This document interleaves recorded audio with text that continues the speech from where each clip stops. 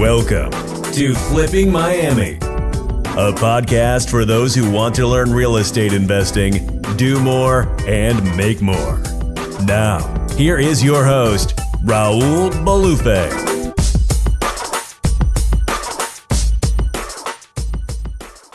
Now let's work into the intro. Let's fast forward. So you got into real estate, and now what we can talk a little bit about what you did, but let's talk about what is going on right now in real estate for you, and what does your world look like as your company cool. And stuff. So the summary is, when I first got in, it was all my buddy gave me, it was 3-ring binders and CDs. Ooh, like Ron LeGrand stuff? Well, yeah, Ron LeGrand, Chris Kirshner, stuff like that. So getthedeed.com, subject to short sales, right? Pre-foreclosures were big. I went through all that stuff. And actually we landed on, so this was in 2004 at this point in time. We landed on just going out with realtors and making offers on the MLS, buying them from banks. And, the guy that I started it with originally, we both had good income, good corporate incomes and good credit. We got a couple lines of credit, and we just started buying houses. And within 6 months back then, pre-bust, I would make money every time I bought a house because I would negotiate the deal. So I would buy it at a higher price. And I'd borrow money at 80% of appraised value, but I'm buying it at 70%. So every time I bought a house, I was just getting I was walking away from closing with 10, 15 grand in my pocket to buy the house, which is by the way, it's not a good idea to suck the equity out of a deal that isn't rehab yet, isn't rented. So there was no pressure to do anything. So we had houses sitting there, kind of halfway rehab them, halfway not. But within 6 months, we ramped it up. We started buying as many as 5 a month. We were just flipping them to homeowners, listing them with realtors. So I quit my job. So in 2005, I went full time. So I'm about ready to hit. I'm right at actually 15 years. I've been doing it. I'm almost 15 years full time. We rode that through 2006. We're very seasonal here because it's winter time. So at that first year, 2005, we were rehabbing pretty crazy. 2006 in the spring, the market didn't come back the way that it had the first year and a half we were doing it. And so we were a little concerned. So we started shifting our model so that in the end of 2006, going into that winter, we had switched to doing some rent to owns. So instead of having all of our houses sit on the market, waiting, costing us money, we put tenant buyers in. They just had to pay on time 12 months. You got all 12 checks they paid on time, and they could do a land contract refinance and just buy the house, right? That might be a little over the head of some of the people watching this. But the point was, we shifted because of the market, but we were dependent on subprime mortgages. Yeah. And in 2008, so that lasted about a year. So in the spring of 2008, or at some point in 2008, all of our rent to owns became rent to rents. That's a good quote. Because there was no more subprime lending, so all these people that weren't financeable really weren't financeable. Yeah, shit, I can't do anything. Yeah.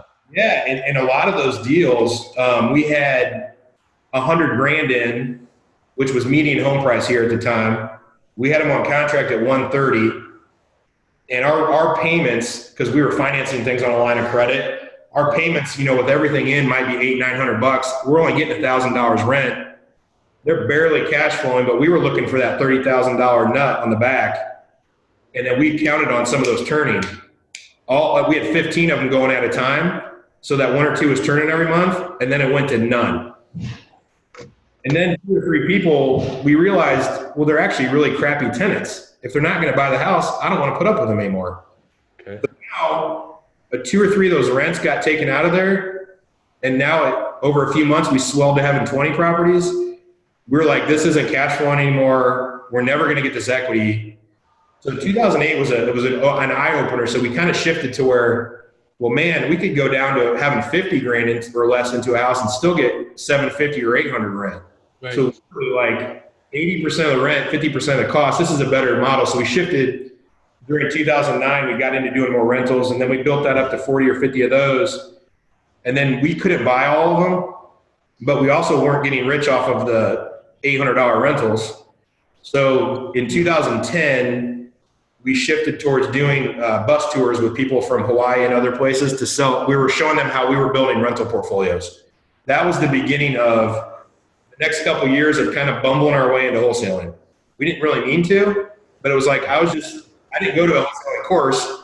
I was just saying, hey, I know I can buy this house cheaper than you can. I'll buy it before you can, and I'll sell it to you for a little rip. And then at some point during those year or two, people start saying, well, hey, I'll buy it from you. Actually, I'll buy 2 or 3, but will you rehab it for me? You're already managing a bunch of your own houses. Can you manage for me? So we slippery sloped our way into becoming a turnkey provider. And so we did that pretty heavy in around 11, we got into it. Like, so 12, 13 was pretty heavy in that. Did several hundred of those.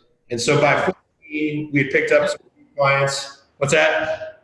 You say things so lightly. You're like, oh yeah, then we built up 50 of those, and then we did several hundred of those, and like people like that'll go over way. People are gonna be like, what? Who? Wait, what? The kid that was like inconsistent in high school and barely knew what he was gonna do did hundreds of those. But that's awesome. That's what I want to portray. Like, we're all normal people. Steve, you're a normal dude. Like, you've been able to do so much, and it all kind of started from you didn't even know. Like, you didn't even know that. Like, if you're in high school, if I were to talk to you junior year, like, Steve, dude, you ended up doing thousands of homes. You would have been like, you're crazy. Dude, junior year of college, I would have said that. In high school, like when I was in my 20s, I would have been like, what? Yeah. And by the way, is this same guy from the gym? Is your partner still today? Or is it a different guy? Oh, different guy. Okay. So, like, during that time, we overlapped our skill sets a lot. And then he never left his day job. And he got higher and higher up in what he was doing. So he was never around. And literally, we provided no value to each other. And so I'm trying to be conscious of time to not tell the long version of the story. But what happened in 2014, a lot of those houses we sold off and we were just out of. But we were managing about 350 doors for about 100 clients that we had sold properties to. Any given time, we had 20 rehabs going for those people. And I was running it all. I was the CEO of the brokerage, the property management, the investment, construction companies. And it was a train wreck waiting to happen because a lot was going on, but I hated it. And you and I talked about this pre-show, but hustle and grind is a lie. Like, the time to work your ass off, there is a time for that, but it's not working your ass off when you care about it and you're excited. You're like pumped. Yeah. Where when you're working your ass off turns into, instead of being pumped and excited, it turns into hustle and grind. You're in a bad place. Yeah. That's like a red flag, right? Exactly. Yeah. That's why I'm passionate. I was telling you, Steve, I'm passionate about getting people on here who not only have like awesome businesses, doing real estate, wholesale, fixing all these things, but also that they take into account that their lives are first. Like, they're doing this for their life. Like, I know Steve personally. He vacations a lot just because I know we've been on masterminds together. He has his own masterminds that he does. He spends time with his family.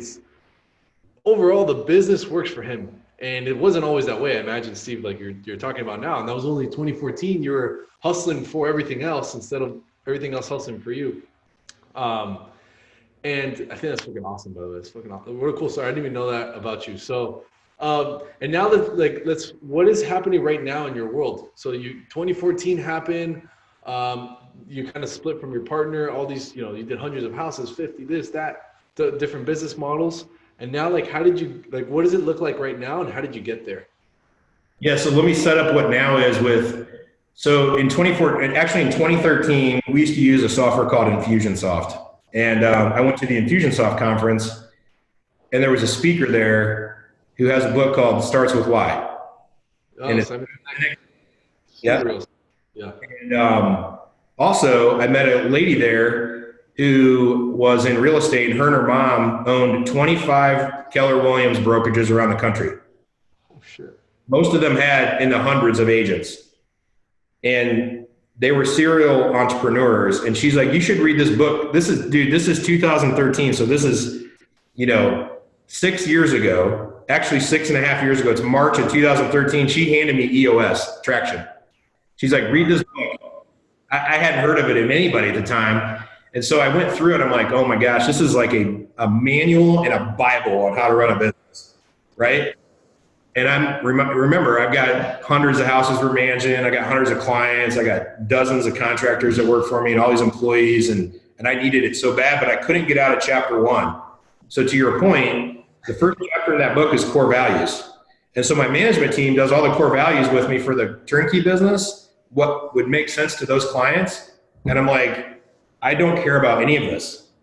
Like, time, I was never killing myself, but I was stressed constantly. So even when I wasn't at work, I was mentally at work. So I was checked out. I wasn't mentally with my family, and I was gone like all day, like a normal day. And I was stressed at night, and I hated it. And then I sat down and did my core values myself, and I showed those guys, my management team, and they're like, well, that sounds cool for you, but our clients, this isn't going to resonate with anybody in our business. And so because I'm so stubborn, I'm like, you know what, maybe this is the wrong business. So the shift was in 2014, I realized we got to get out of property management. And I thought that's all we were going to do was get out of that. But I realized I killed everything. I tell you, sometimes like I feel like, so I have a pretty strong faith, and I feel like God has these plans for everybody. And I think like I look back on all these things that were happening, and to me, they were just challenges, and their hurdle would come up, I would knock it down. They were probably warning signs for me, but I wasn't listening, and they kept getting bigger and bigger. And I feel like God was probably sad, because at the end, he's like, all right, bro, you're not listening to me, so let me put the smack down. And so I had this plan to eloquently get myself out of all my management clients, and because I'm an entrepreneur and visionary, and I didn't have an integrator like my current partner, Brian. By the way, those 110 clients I had 14 different property management arrangements with 100 and whatever clients. And I was a joint venture partner on several of those. So many of those houses we had, like I guaranteed rents on some. I was an equity partner on some were in my name, but I was giving the rents to someone else. Like it was whatever it was like a Wild West, right? And that's why I was so stressed, because there was no semblance to what we were doing. And so to kind of bring that to what happened, when I started to back out, like it took more like 6 weeks. Everything just fell. People were like, wait, you're getting out of the business? Like, that's not cool. Well, all these loose ends that nobody cared about when the ship kept rolling, everybody started caring about them. And so I'm suing people, they're suing me. I'm firing people I care about. People are quitting. My business partner at the time, so I had a couple partners. My broker partner, who was a licensed broker, told me that, hey man, I've been drinking heavy. I haven't told you, but I'm living in a hotel. I'm separated from my wife. Whoa. My 2 daughters, like I'm struggling. I gotta get out. So he was like, I'm moving my license, and his health was horrible. And like all this is coming at me at the same time. I'm like, my core values are screwed up in this business. I'm not happy with what I'm doing. Man, I would like be in my office, and I would mute my phone, do not disturb. And I would fake like I was having a phone call so I could walk through my office. So people would leave me alone. They'd be like, Steve. I'd be like, yeah. I was like trying to stop people, like just to go pee. Wow. To get out of my office, because like 15 people in my office they would all want something. You know what I mean? Like, and I just hated it so bad. And then that's what I'm saying, dude. My personality to care about people is I would probably still be dealing with everybody, trying to like slowly pull the Band-Aids off. But it just got ripped off, dude. It was horrible. And maybe it's another podcast to explain how to deal with how to deal with struggle. But the point is this: after 10 years of running that business and all the success I had and all the knowledge I had, it was the hardest thing I ever had to do in business. But I was able to literally hit the do-over button. And for a year, dude, it was hard. I mean, it was like really hard. And that's just in 2014 and 15. Right around the corner back then, yeah. Fuck. Man, I just heard, I don't know if your listeners listen to that, like check these guys out, but you know, Kent Clothier is one of our friends and one of our coaches. Have you heard his Ryan Stewman podcast? No. You know Stewman? Ryan Stewman, the foreclosure guy. I'm gonna write it down. No, I haven't heard it. I mean, he is literally crushing Brian Stuman is crushing it. If any of you guys are watching this, check him out, the Hardcore Closer. Oh, I have heard of him and I've seen his stuff, but I haven't seen the one with Kent. No. I mean, doing millions of dollars in multiple businesses, right? And they were telling a story where he was at Bordering event 5 years ago in 2014, and he went to California and thought pot was legal to smoke anywhere. He had a pen and he was like hitting it in the conference in the front row, like puffing smoke out. And then he had like some bad weed and he broke out in lumps. And then he didn't show up the second day. And Kent was like, who's this idiot? Like, he's crazy looking. He's smoking weed inside the hotel. He doesn't show up. And then 5 years later, they're on a podcast together. I mean, I was just sitting here thinking the same thing. Like, anyone who's listening that thinks that they've got this unbelievable hill to climb, man, your whole life can change in like 6 to 12 months. And when it doesn't, not everything changes, but you can change direction. And then the next 6 to 12 months, insane. It's insane. And you know from the mastermind, dude, our lives can change in 6 minutes. Somebody can say one thing to us, and we implement it the next month, right? It happens every time. It happens every time. Yeah. So just to finish what you asked me, because I know you want me to say it. So because of that, I met my current partner, and Brian is a heavy integrator. I'm a heavy visionary. We mesh perfectly together, and we do some rehabs. He's a licensed broker. We have a few things going on, but we decided to focus on building the wholesale funnel because it's all about building our team that can just market and get deals and close deals. And then we're really focused on that as we're on the back end of an upcycle in the market so that we can be really good at finding the deals. Right now, we wholesale most of them, but we know we can rent them. We can finance. We can do all that. Yeah. So for us, it's the model. What does your team look like now? Like, so it's you and Brian. You're visionary CEO. Brian's integrator, and then because I remember talking to you in your mastermind, and you have a really cool like structure. So I wanted to kind of dig into that a little bit. I think you got like one acquisitions guy who mainly handles your leads. Then you have a couple like callers or something. I don't know if you can get into it. At the top, we've got a couple guys that are lead generators, and they're basically like our bench players for acquisitions. Like they're eventually going to get into acquisitions. And so one of them's licensed even. They're both awesome. A lot of people use VAs for this position, but they're running like the dialer, cold calling, all the direct sales. Yeah, they're working the phones, right?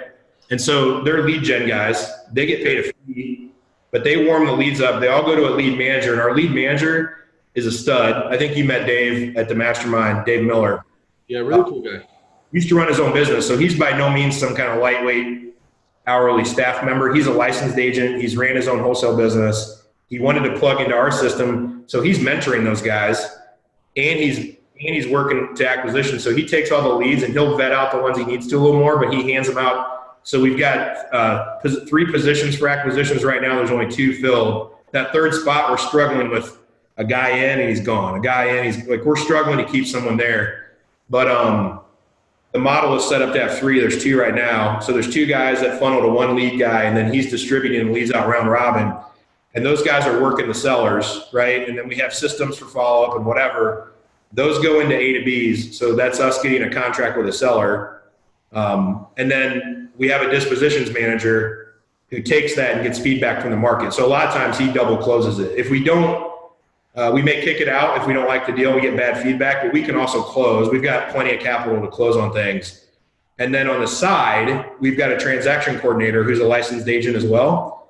By the way, a couple of our acquisition guys are licensed agents. Yeah. So it gives us more clout, but our transaction guy is out here on the side, and he's finding deals and doing some other things. But mainly what he does is when the acquisition guys get an offer going verbally, they don't even spend time to write it up. They hit up our transaction guy and they're like, hey, do a DocuSign. Mr. Miller on Main Street said he'd do 40K net, no tax proration, whatever, right? He handles that, and then he orders title and he starts transaction coordinating. Same thing when that deal goes down. Our dispo guy has a 10-day period where day 1 and 2, he's doing like whoever's top of mind, whoever he can talk to about the house. Day 3, an email goes out. Day 4 or 5 is an open house. And by day 10, usually earlier, he's giving, this is our best offer.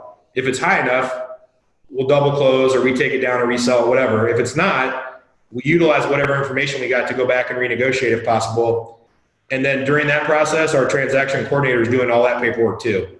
Love it. I love it. And then when our acquisition guy gets a deal, an A to B contract, our lead manager, Dave, is actually back in the seat again. He's the one that calls and says, hey, great, I'm glad you guys, I'm excited for you.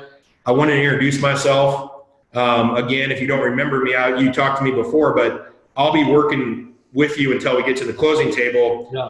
And we do that, which if anyone's running wholesale, and this is an interesting thing that we really like, is so that he's a warm voice that they already kind of know. It gets our acquisition guys out of the back end loop so they can keep selling.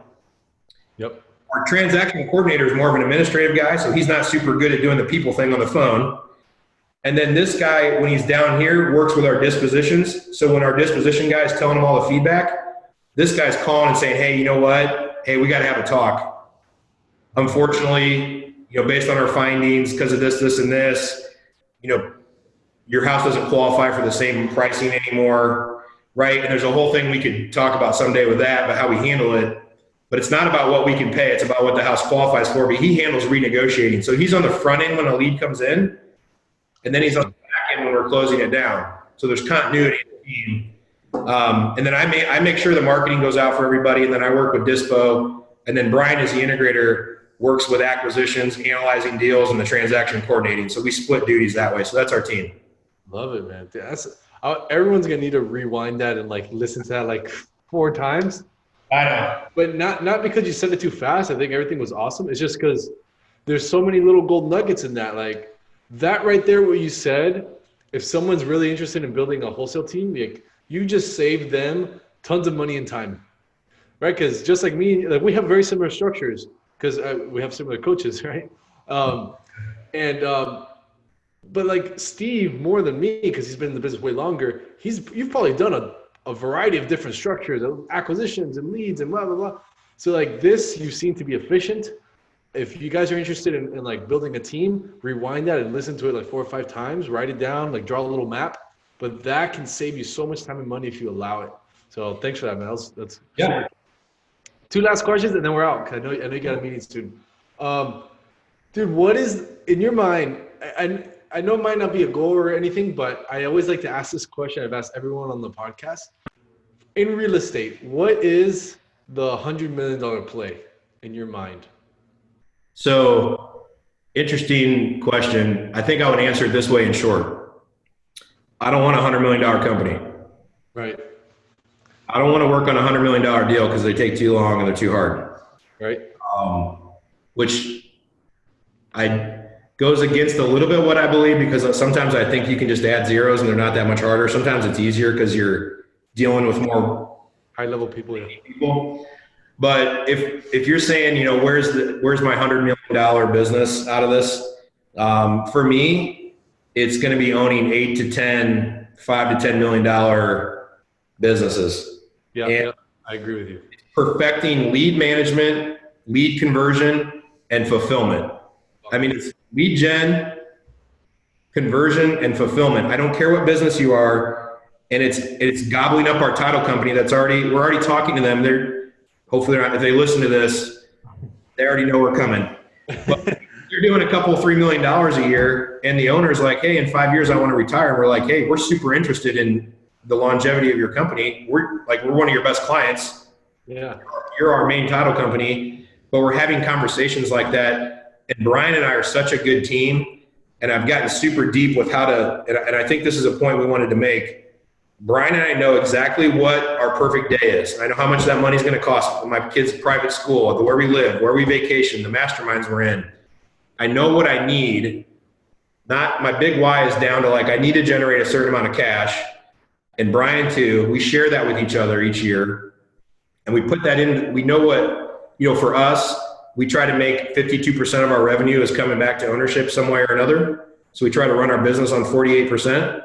And so we look at that number, and that drives our revenue goal for the year based on what we want personally. That also drives how we're going to run the business, because our dashboard tells us we want 52% of that money. And then we work backwards from there to get to the business. That's how we set our business up to support us.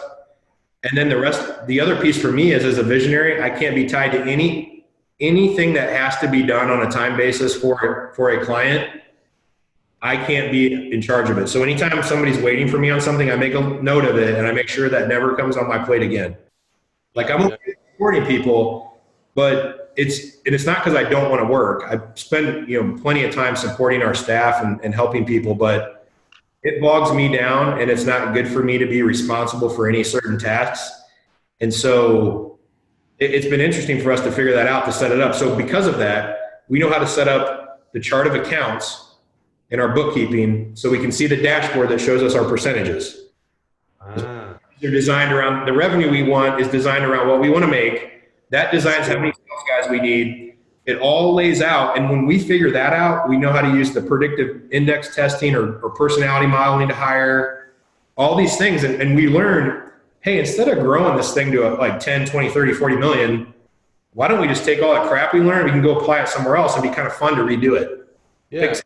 You grow five or eight of those things, and each of them making a couple million a year.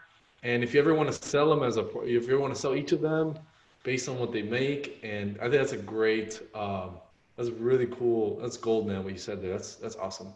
Less susceptible to one issue coming in and just wiping your whole business out too, right? Having $5-10 million businesses or whatever, very different. In America, you're like one lawsuit away from. It might not ruin your business, but it'll ruin a big chunk. Say that. Yeah. I mean, you hear about that shit all the time. But dude, that was an awesome answer. That's something that people should re-listen to. Now, I want to get to like the newbie real quick. Let's say we got a newer person listening to this. What's like one tactical tip that you can give somebody right now, like 2019, 2020, that they can do to get their first deal? Like what would Steve do right now to get his first deal? Like if you had to do it. So, we run a RIA here and do all these meetups. Like I could easily get into like a 2-hour answer on this. I'll say this, there's 2 parts I'll give you guys. If you're new to the business and you're trying to make it happen, number 1 is like, stay focused. Okay. And the focus needs to be on getting what you want. So what do you want that first deal to be? Kind of depends on what you're trying to get, why you're doing real estate. So is that first deal, is it cool to make $2,000 bird dogging a deal? Or does that not move the needle for you? So you need to make 20 or 30. So you got to do a flip, a rehab, right? Like know what you're getting into it for, and then be really focused on just that's good. That. And if $2,000 doesn't move the needle, don't spend a bunch of time doing stuff you're going to make $2,000 on, right? So be really focused so that you don't have shiny object syndrome, because I think that's really normal for new people. But then secondly, just go find people that are doing once you focus on what you think you want, which may change, so pick one, right? But from there, then go find other people that are doing what you want and hang out with them. Just get in the way. Take them to lunch, hang out with them, work for them for free. Yeah. Do what you got to do. We got Brian in there. Brian just walked in. Brian just walked in. What's up, man? He just jumped on the phone. I just thought we could maybe man. get focus out. But does that make sense? Like, as far as like tactical, would you advise people to do like, let's say they want to do a wholesale deal and they're okay with making $2,000 to $5,000. Would you tell them to do like door knocking, cold calling, mail? Like what would be like your direction for them? So yeah, if they don't have a marketing budget, I would say doing JV wholesale deals is really good. And so what I could probably answer this a few different ways, but I think one thing that would be really good to do, because this solves a lot of problems, is go to all the networking events you can, meet all the people you can, and get on every wholesaler's list. It's the same as hanging out with the people that are doing what you want to do, right? But look at every deal that comes in from their email and call them, be like, hey, I might have a buyer for this. Because you might, you don't know. Yeah. Why is this a good deal? I don't know this area. Can you explain it to me? Look at the pictures, read the price. What'll happen is you'll start to get a feel, oh, I already got that one sold. And you'll be like, oh, that must have been a hot deal, mental note. Then you call in another one and they're like, yeah, they can't really give you a good answer. And 3 weeks later, it gets emailed out again at a lower price. Mental note, that's a crappy deal. But it's getting in the way of the business that's already happening. Like just insert yourself into other people that are doing it. And over time, like you'll start to be like, oh, this sounds like this one came over and it's just like that one that sold really quick. That's good. I met this other dude the other day and I'm just going to call him. And even if you don't make much, just start getting the pieces together. And I think joining every wholesaler's email list in town is a great way to just get your feet underneath you. Hell yeah, I love that. That's good advice. That's really good. Guys, Steve, man, how can people connect with you? Let's say they're in Indy, or let's say they just want to connect with you and kind of learn more about what you're doing or how you can help them and stuff. Yeah, man. A couple ways. One, at Facebook's really good. We were joking beforehand, since I'm in my 40s. Yeah, I'm on my Instagram, but you're like, I don't use that thing. I do check it every once in a while, but Facebook would be really great. You can just look up Steve Richards on Facebook. Redevelop Indy is the name of our company. We do have a brand. The mastermind you came to is called The Business Behind Flipping. So there's some stuff out there they can find on that. But I would just say, hit me up on Facebook. Steve Richards, just my name. Hit me up personally. Messenger is a great way. In fact, how I told you, if I have anything that's on my plate that's involved in the day-to-day, I get it off. One cool thing I'll tell you guys about me is that I'm either really weird or I'm going to be the first guy, you all heard this, like I don't use email almost never anymore. People send me an email and I'm like, my team knows they have to tell me, hey, we sent you an email, go look at it. Because I use Facebook Messenger and I use an app called Voxer and I text a little bit. And I mean, even on texting with you, like I have to send voice notes because I don't even like typing. It's so crazy, dude. So I don't know if I'm a weird old guy but to me, email is like fax. Like it's dead. It just doesn't know it yet. So Facebook is a great way to hit me on Messenger. And I'll throw my email out. It's steve@redevelopindy.com. I'm not great at finding them. If you guys want to send them to me, I warn you ahead of time, but I would love to connect. And I'll tell you, I just want to say this to you at the end of this. Like, I appreciate what you're doing because a lot of guys do this and they don't have the same format. And not only do I enjoy being friends with you, but I appreciate seeing what you do. And I remember one of those second or third mastermind we were together when we first started, and you guys were like, oh, we bought this building and we're starting this and we're doing this. And I remember thinking like, holy, you guys are like so young.